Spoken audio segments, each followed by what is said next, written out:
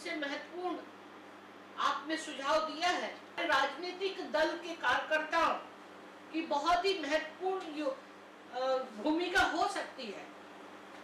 एक तो जागरूक करने के लिए अच्छे मोटिवेटर हो सकते हैं, क्योंकि आप सभी के कार्यकर्ता सुदूर ग्रामीण अंचलों के साथ साथ शहरों में, गली मोहल्ले में निवास करते हैं, इसलिए उनके माध्यम से आप लोगों को जागरूक कर सकते हैं। एक और बात है कि आप अपने कार्यकर्ताओं को अपने क्षेत्र में गरीब व्यक्तियों को आवश्यक सामग्री, सुविधाएं प्रशासन, शासन, समाज सेवी संस्थाओं के माध्यम से उपलब्ध कराने का प्रयास करें। इसमें सबसे पहले जो हमने कहा है कि इंफ्रास्ट्रक्चर को आपको डेवलप करना पड़ेगा। अस्पताल में भर्ती नहीं हो रहे हैं, जगह नहीं है, उसके लिए अतिरिक्त संसाधन आपने क्या किया?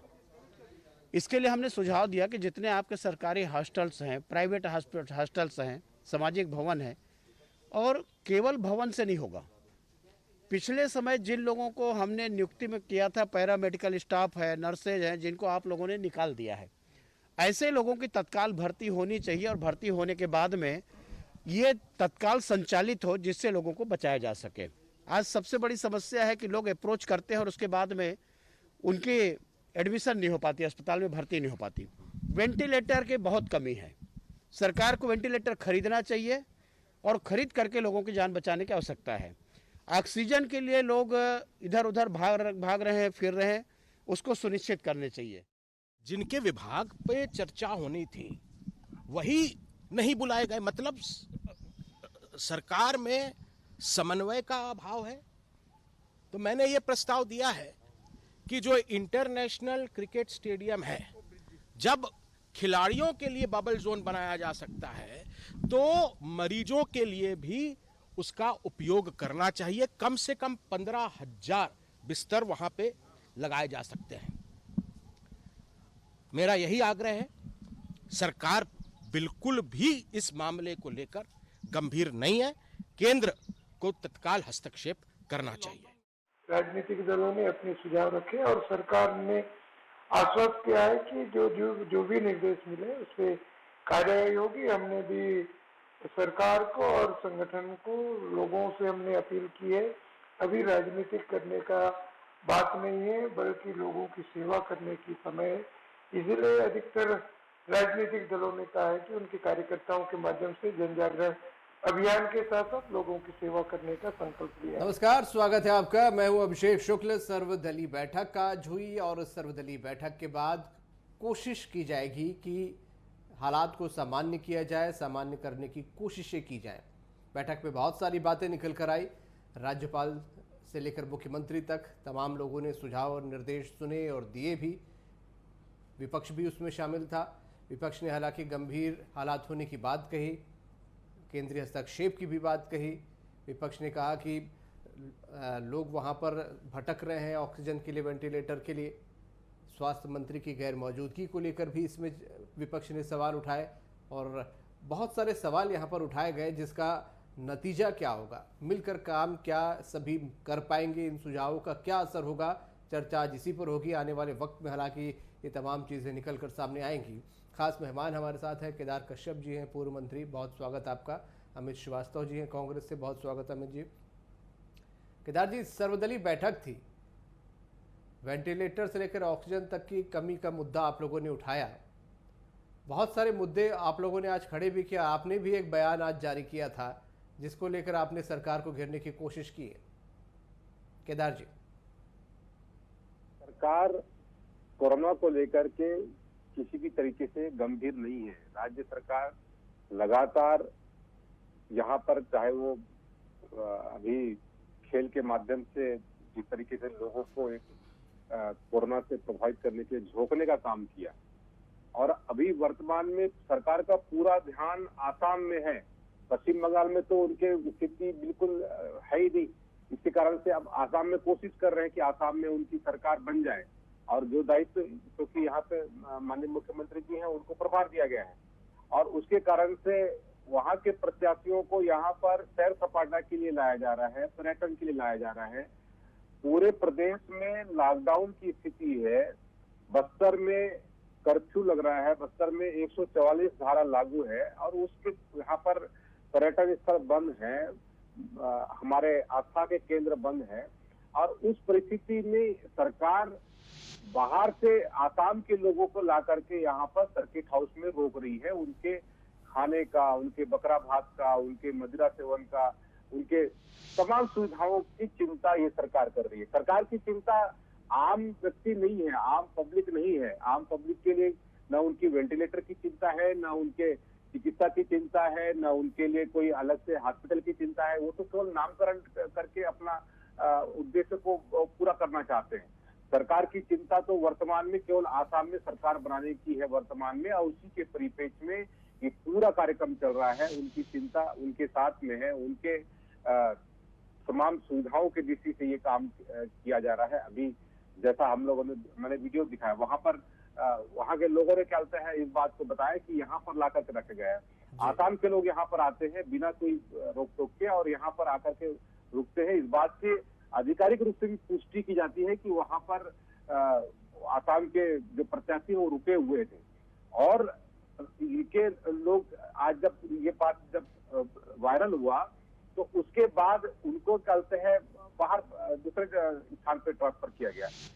पूरे जिलों में सीमा बंदी है और उसके बाद भी कहते हैं वो बेरोक टोक। पहले तो ये कहा गया था कि जिला प्रशासन के बिना अनुमति के कोई इधर से वहां उधर मूवमेंट नहीं कर सकता, लेकिन सरकार का ये दोहरा मापदंड है। एक तरफ तो 144 धारा लागू है, एक तरफ क्या कहते हैं लॉकडाउन है, उसके बाद भी सरकार अपने नियमों का मखौल उड़ा रही है।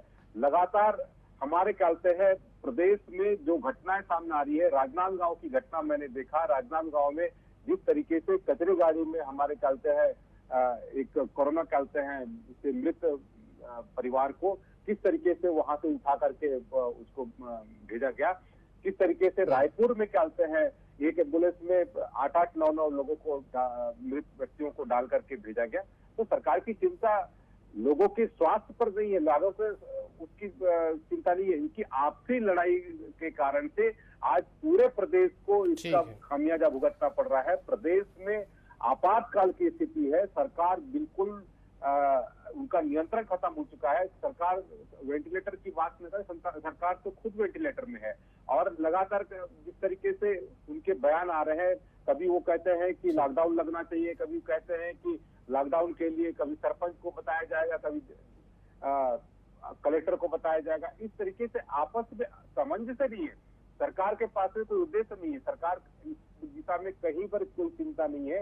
वो केवल और केवल अभी कोरोना जब वैक्सीन लगाने की बारी आई तो वैक्सीन लगाने के लिए भी उन्होंने पहले केंद्र सरकार को दोषी बताया कि वैक्सीन काम का नहीं है, वैक्सीन नहीं लगाना चाहिए। जब देश के प्रधानमंत्री माननीय मोदी जी ने जब वैक्सीन लगाना प्रारंभ किया, स्वयं में लगाया, तब जाकर के छत्तीसगढ़ के इन्होंने उस वैक्सीन को प्रारंभ करवाया, तब जाकर के यहाँ वैक्सीनेशन का काम चालू हुआ। ठीक है, मैं इन सारे सवालों का जवाब अमित जी से ले लेता हूँ। केदार जी, फिर आपके पास आता हूँ। अमित जी, केदार जी ने बहुत सारे आरोप लगाए हैं, आरोपों का जवाब आपसे चाहूंगा। जी, निश्चित तौर पे देखिए, इस मुश्किल घड़ी में हम सब मिलकर लड़ रहे हैं और मुझे ऐसा लगता है कि ये मुद्दा बहुत संवेदनशील है। राजनीति से परे हटके हमें इस विषय पे लड़ाई लड़नी चाहिए।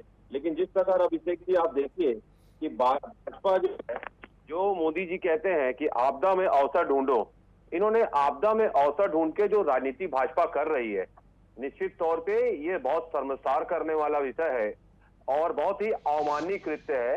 क्योंकि जिस प्रकार से आप देखिए कि हम सब ने ये सोचा था कि कोरोना से हम जंग जीत चुके हैं, लेकिन जिस प्रकार आप देखिए कि कोरोना ने यू टर्न लिया अभिषेक जी, और जो कोरोना का ब्रेक फेल हुआ, निश्चित तौर पे संक्रमण बढ़ना हम सब के लिए चिंता का विषय है।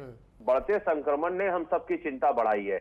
लेकिन इस विशेष परिस्थिति अभी चल रही है और हम सारे विकल्पों पे हम चर्चा भी कर रहे हैं। आज सर्वदलीय बैठक भी हुई।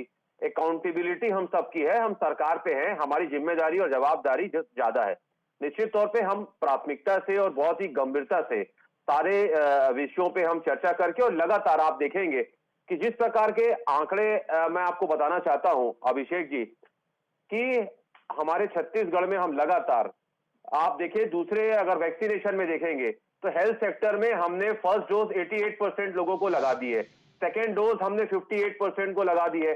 उसी तरह फ्रंट लाइन वर्कर्स को अगर आप देखेंगे तो 84% first doses and second doses 48%। देखिए, केदार जी बहुत वरिष्ठ मंत्री रहे हैं, सारी चीजों को समझते हैं, और नौजवानों को जो 35 से 60 वर्षों के लोग हैं उसमें लगभग 61% से ज्यादा हमने वैक्सीनेशन की है। और पूरे अगर प्रदेश में आप देखेंगे तो 44,66,000 से ज्यादा हमने वैक्सीनेशन कर दिया है। अब हमारे से बड़े राज्य जो हैं, बिहार हो चाहे और अदर राज्य हो, वहां 52 लाख अगर होता है तो निश्चित तौर पे हमारी राष्ट्रीय औसत से अगर आप देखेंगे तो हमारी स्थिति कहीं बेहतर है।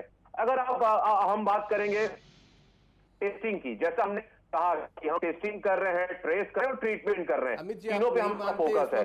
और अगर लगातार चाहे ऑक्सीजन बेड बढ़ाने की बात हो और भी कहीं की बात कर ले, कुल मैं अमित जी ये जानना चाहता हूँ, क्या आपको लगता है कि अभी रायपुर, दुर्ग या और जगहों पर हालात खराब नहीं है? देखिए, हालात खराब पूरे देश में है, पूरे विश्व में है।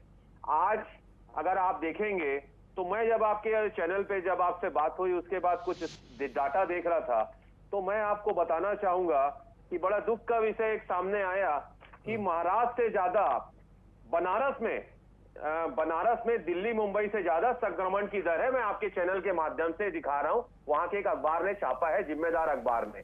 तो प्रधानमंत्री जी के क्षेत्र में ये हाल है तो आप समझ सकते हैं कि देश में क्या ये करने वाले हैं। इनकी कोई ना नीति है ना नियत है, नीति कोई स्पष्ट नहीं है। इन्होंने देखिए आज 82 देशों को इन्होंने लगभग 6.5 करोड़ डोजेस इन्होंने भेज दिया। और जब हम लगातार कह रहे थे कि आप एक्सपोर्ट बंद करिए, हमारे नेता कह रहे थे राहुल गांधी जी कि आप एक्सपोर्ट करना बंद करिए, इन्होंने अब जाके वो फैसला लिया। इसके पहले मैं आपको बता दूं अभिषेक जी कि लगातार चाहे फाइजर कंपनी हो, चाहे मॉडर्ना हो, चाहे स्पुतनिक हो, और लगातार 6 कंपनियां इंडिया में दवाई बनाने के लिए तैयार थी, लेकिन इन्होंने उसको परमिशन नहीं दिया। इनके एक मंत्री आके कहते थे कि हम अपने देश की ही दवाई को यूज करेंगे, तो फिर इन्होंने परसों रशिया से स्पुतनिक को परमिशन क्यों दिया? केदार जी से मैं इन सवालों का जवाब लेता हूं। केदार जी, दूसरे स्टेट्स में ज्यादा स्थिति खराब है, केंद्र जिम्मेदार है, अमित जी का कहना है। देखिए, ये आरोप लगाना कि दूसरे स्टेट में ज्यादा स्थिति खराब है, पहले हमको प्रदेश की बात, हम प्रदेश के विषय में चर्चा करने आए हैं। प्रदेश की स्थिति पर हमको चर्चा करनी चाहिए। वर्तमान में क्या परिस्थिति है, लगभग 15 से 20 हजार प्रतिदिन यहाँ पर कोरोना के पीड़ित आ रहे हैं, कोरोना जिन निकलते हैं वो है, और लगातार इसकी संख्या बढ़ रही है। लॉकडाउन होने के बाद भी रायपुर की स्थिति अभी भी गंभीर है। हमारे कहते हैं दुर्ग की स्थिति गंभीर है, राजनांदगांव की स्थिति गंभीर है। इस पर चिंता करनी चाहिए। मुख्यमंत्री जी से पूछा जाता है तो वो कहते हैं कि महिला के कहने पूरे छत्तीसगढ़ का मुख्यमंत्री को, ठीक है, हम भी चाहते हैं कि पूरे प्रदेश की चिंता करें, पूरे प्रदेश का स्थिति अच्छी हो, लेकिन ये कहना कि राज्यों के साथ में तुलना करेंगे तो आज महाराष्ट्र सबसे ज्यादा कहते हैं, वहां पर कोरोना के पीड़ित मरीज हैं। 60,000 से ऊपर प्रतिदिन वहां पर मरीज आ रहे हैं, लेकिन उनकी जनसंख्या के मापदंड पे देखेंगे तो छत्तीसगढ़ का जनसंख्या और महाराष्ट्र की जनसंख्या दोनों में अंतर है। जो संक्रमण दर है, संक्रमण दर के आधार पर यदि मैं बात करूंगा तो उसमें छत्तीसगढ़ सबसे ऊपर आता है। 5.2% आज संक्रमण दर हमारे छत्तीसगढ़ का कहते हैं पॉपुलेशन के आधार पर है। तो क्या हमारा ये वो है कि हम लोग अपने लोगों को छोड़ दें? यहाँ पर लोगों की टेस्टिंग नहीं हो रही है। अभी मैं लगातार देख रहा हूँ, मैं यहाँ पर रोड में चेकिंग होती है तो वहां पर बाहर से जो लोग, लॉकडाउन नाम के लिए लगाया गया है, किस तरीके से क्या नियम होना चाहिए, क्या नीति होनी चाहिए, इस पर कोई नियंत्रण नहीं है। लोग आ रहे हैं और अपने तरीके से घूम फिर रहे हैं और लगातार संक्रमित हो रहा है।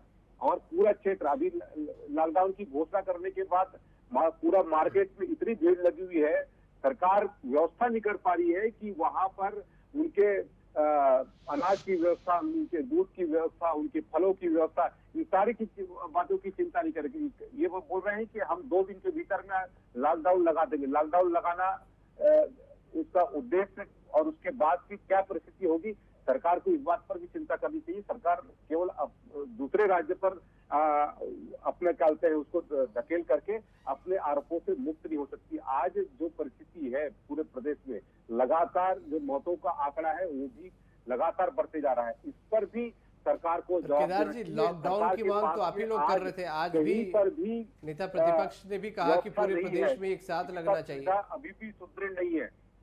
कहा हम प्रदेश को किस दिशा में ले जाना चाहते हैं? हमको हमारी कोशिश होनी चाहिए कि हमारे यहाँ पर वेंटिलेटर की व्यवस्था हो सके, हमारे यहाँ पर आइसोलेशन की व्यवस्था हो सके, हमारे जो बड़े बड़े हॉस्टल है, जो हमारे कहते हैं यहाँ पर जो होटल है, इन सब चीज को ऑक्यूपाई करके उसके वहां पर इन सारी चीज की व्यवस्था सुनिश्चित ये सरकार को करना चाहिए। लेकिन सरकार अपनी जिम्मेदारियों से बचना चाहती है, दूसरे राज्यों पर उसको देख करके अपने राज्य की व्यवस्था को सुदृढ़ करने में लगी है। दूसरे राज्य की स्थिति खराब है, उस राज्य से हम कम खराब हैं, ये कह करके अपना पल्ला झाड़ रही है। ये एक गंभीर मुद्दा है। मुझे लगता है कि सरकार को अपने संसाधन, अपने यहाँ की सुविधा बढ़ाने की कोशिश करनी चाहिए, अपने यहाँ की हॉस्पिटलिटी को बढ़ाने की कोशिश करनी चाहिए, न कि दूसरे यहाँ से तुलना करनी चाहिए। दूसरे यहाँ से तुलना करेंगे तो हम तो अभी बहुत पीछे हैं और स्थिति और खराब होने की संभावना है। लगातार केसेस बढ़ते जा रहे हैं, तो उस पर इनको चिंता करने की आवश्यकता है। उस पर कोई इनका नियंत्रण नहीं है। केवल लॉकडाउन लगा करके इस पर ये करना कि हम नियंत्रण कर लेंगे, नहीं हो सकता। इससे संख्या और बढ़ेगी। आप तो संवेदनशील है, दूसरे राज्य में 22 मरे, हमारे यहाँ 18 मरे, इसलिए हम अपने आप को शाबाशी तो नहीं दे सकते। वो 18 क्यों मरे? केदार जी ने बहुत सारे प्रश्न उठाए हैं, मैं सिलेवार जवाब दूंगा। 2 गज की दूरी, मास्क है जरूरी, लगातार प्रधानमंत्री जी कहते थे और हमने लगातार देखा कि जिस प्रकार से प्रधानमंत्री जी चुनाव प्रचार कर रहे थे, अब तो लोग तक कहने लग गए हैं कि जो प्रधानमंत्री जी कहते हैं कि जब तक अब तो दवाई भी और उसके साथ भी नहीं, जो प्रधानमंत्री जी कहते हैं और लगातार हमने सुना है। अब लोग कह रहे हैं अभिषेक जी कि जहां चुनाव है वहां अप्लाई नहीं। तो जिस प्रकार से मैंने कहा इनकी नियत नहीं है और नीति स्पष्ट नहीं है। पहले इन्होंने कहा, लगातार मैं आपको कहता हूं, हमने सारा वो नॉर्म्स को हमने माना जो केंद्र सरकार और प्रधानमंत्री जी ने कहा। लगातार आए उन्होंने और एक दिन लॉकडाउन की घोषणा कर दी। ये भी नहीं सोचा कि लोग अपने गंतव्य तक पहुंचे, लोगों की खाने की व्यवस्था है कि नहीं। मैं केदार जी के माध्यम को बताना चाहता हूं, अभी उन्होंने कहा कि छत्तीसगढ़ में लोग भूखे हैं। मैं आपको बता दूं कि हमारी सरकार के द्वारा एक हेल्पलाइन नंबर दिया गया है ताकि छत्तीसगढ़ में कोई भूखा ना सोए। मैं आपको उसका नंबर ही बता देता हूं। मोबाइल नंबर है 7888010031 और रायपुर में आपको नंबर बता देता हूं 077143202002। लगातार हमारी सरकार वो मेजर स्टेप्स उठा रही है अभिषेक जी। हम भागने वालों में से नहीं है। जिस प्रकार से इन्होंने पहले कहा, अब तो मरकज भी बंद है, जमाती दिखाई नहीं दे रहे हैं और लगातार आप देखेंगे कि जिस प्रकार से ये आरोप लगा रहे हैं कि इसके कारण बढ़ा, उसके कारण बढ़ा, इनकी ना नियत है ना नीति है। और प्रधानमंत्री ने जब कहा कि थाली बजाइए, हम लोगों ने थाली बजाई, दिया जलाइए, ढोल बजाइए, सारा कुछ किया। 21 दिनों में उन्होंने कहा था कि कोरोना समाप्त हो जाएगा। आज क्या स्थिति है? तो लगातार हम देख रहे हैं कि अपनी जिम्मेदारी से कौन भाग रहा है। और लगातार अगर इस देश में 1.5 लाख लोगों से ज्यादा अगर पेशेंट आ रहे हैं तो ये दुख का विषय है। और मैं छत्तीसगढ़ के परिप्रेक्ष्य में बात करूंगा। हमने निजी एम्बुलेंस का किराया दर तय किया, 60 अस्पतालों को कोरोना इलाज की हमने मंजूरी दी ताकि दबाव हो और मरीज और उनके परिजनों की शिकायत के निराकरण के लिए हमने नोडल अधिकारी नियुक्त किए। सारे नंबर आप चाहेंगे तो मैं आपके व्हाट्सएप पे भेज दूंगा केदार जी। इंडोर स्टेडियम में 360 बिस्तर के साथ सर्व सुविधा युक्त अस्पताल हमने बनाया। 286 अभिषेक जी उसमें ऑक्सीजन युक्त बेड है और 74 आइसोलेटेड बेड है। बावजूद भी आप मानते हैं हालात बहुत अच्छे नहीं है अभी, बल्कि खराब है, बेहद खराब है। अमित जी प्रश्न रिपीट कर दीजिए, आपकी वॉइस ब्रेक हो रही है। अमित जी, मैं जानना चाहता हूं कि इन तमाम कोशिशों के बावजूद आप मानते हैं कि स्थिति बहुत खराब है अभी? देखिए, मैंने जैसा कहा कि हम कोरोना से हम युद्ध लड़ रहे हैं और जैसा मैंने कहा कि हम सबको इस मुश्किल घड़ी में मिलकर लड़ाई लड़नी है। लगातार हमने 1 सालों से लड़ाई लड़ी है और आज अगर आप देखेंगे, मैं आपको अभी मैं देख रहा था कि जिस प्रकार से केदार भाई कह रहे थे यहाँ टेस्टिंग नहीं हो रही है। जनवरी में 22,000 टेस्टिंग हुई, फरवरी में 21,000 हुई और 30,000 मार्च में और अप्रैल में सिर्फ 10 दिनों में 53,000 जो टेस्टिंग हुई। इसलिए मुझे लगता है कि यहाँ पर दरें बढ़ रही है और जिस प्रकार से हम लड़ाई लड़ रहे हैं, इनको हमारा साथ देना चाहिए। केंद्र से अगर कोई मदद लेना है तो भाजपा के सांसदों को, पूर्व मंत्रियों को लेकिन जिस मदद करनी चाहिए, लेकिन ये सिर्फ राजनीति कर रहे हैं। और स्थिति अगर आप देखेंगे तो वाकई चिंताजनक है। पूरे देश के परिप्रेक्ष्य में आप देखेंगे स्थिति चिंताजनक है। और इन्होंने कहा कि सरकार अपने संसाधन से लड़ना चाहिए। तो साहब, 1 साल से हम अपने संसाधनों से ही लड़ रहे हैं। हमने देखा है कि जिस प्रकार से प्रधानमंत्री जी ने आया, लॉकडाउन किया, जब स्थिति संभली नहीं तो उन्होंने राज्यों को उनके भरोसे छोड़ दिया। अभिषेक जी, आपने भी देखा है, हमने कई बार वो वज्रपात हमने मजदूरों का देखा है, लोगों का देखा है कि जिस प्रकार से केंद्र में बैठी हुई आज एक सर्वदलीय बैठक हुई थी, छोड़ दिया था। राज्यपाल ने भी इस बात को कहा कि अब वक्त है कि सभी राजनीतिक दल मिलकर इसका मुकाबला करें, अपने कार्यकर्ताओं को एक्टिव करें। केदार जी, कर्तव्यों का निर्वहन किया, लगातार वो जनता के संपर्क में पिछले शहरों में हमारे लोगों ने खाद्यान्न पदार्थ उनको वितरण किया। बहुत सारे हमारे सामाजिक संगठनों ने उसमें बढ़ चढ़ करके हिस्सा लिया। प्रधानमंत्री जी के एक आह्वान पर लोगों ने जुड़ करके उस पूरे कार्यक्रम में सहयोग दिया। पूरे देश में जब लॉकडाउन की स्थिति थी तब अमित जी को मालूम होगा, तब हमारे यहाँ पर जो स्वास्थ्य की सुविधाएं हैं उतनी सुदृढ़ नहीं थी। वो सरकार ने उस चीज को समझा। माननीय मोदी जी के आह्वान पर पूरे देश के लोगों ने सहयोग किया और उसके कारण से हमारे जो इंफ्रास्ट्रक्चर है वो मजबूत भी हुए। लेकिन इस सरकार को समझने की आवश्यकता है कि ये सरकार उस चीज को समझती। ये सरकार ने 1 साल के भीतर में अपने इन सारी चीजों को व्यवस्थित नहीं किया, बल्कि और जो कार्यक्रम नहीं होने चाहिए उन कार्यक्रमों को यहाँ पर लागू करवाया। लगातार हमारे यहाँ पर केस बढ़ते रहे, लेकिन स्वास्थ्य मंत्री जी और मुख्यमंत्री जी के आपसी जो द्वंद था, उस द्वंद के चलते प्रदेश को भुगतना पड़ रहा है। और आज जो गंभीर स्थिति बनी हुई है, उस गंभीर स्थिति से ये सरकार अपने आप को कल से बचा नहीं सकती, सरकार उससे हट नहीं सकती। सरकार को इस बात की चिंता करनी चाहिए कि किस तरीके से हमारे लोगों को वो सारी सुविधाएं प्राप्त हो। अभी मान ली कल से हमारे अमित जी ने कहा कि हम कौन कौन से कल से हॉस्पिटल है, कौन कौन से नंबर है, उन सब की हम सूची देते हैं। मैं अभी उनसे कहना चाहता हूं कि ये राज्य सरकार ने हॉस्पिटल को आवंटित तो किया है, लेकिन जो अनाप शनाप वहां पर चलते हैं उनके माध्यम से, हमारे मरीजों के माध्यम से, उनके परिजनों के माध्यम से जो पैसे लिए जा रहे हैं, उस पर क्या नियंत्रण है? उस पर कोई वो है? आज जो रेमडेसिविर जो मेडिसिन है वो लगभग अभी चलते हैं एक वहां पर दवाई की दुकान में। बिल्कुल, ये चर्चा बड़ी अहम थी। आज सर्वदलीय बैठक भी थी। माफी चाहूंगा केदार जी, बस मेरे पास आज समय इतना ही था। मैं इस चर्चा में शामिल होने के लिए आप दोनों का शुक्रिया अदा करना चाहूंगा। सर्वदलीय आज बैठक हुई है, राज्यपाल भी थी, मुख्यमंत्री भी थे, नेता प्रतिपक्ष भी मौजूद थे, सुझाव भी उन्होंने दिए, बहुत सारे निर्देश भी जारी हुए हैं। राजनीतिक दलों से भी कहा गया है कि आप मिलकर इस पूरी चीज़ का मुकाबला करें और आने वाला वक्त निश्चित तौर पर बताएगा कि किस तरीके से सभी मिलकर लड़ाई लड़ते हैं।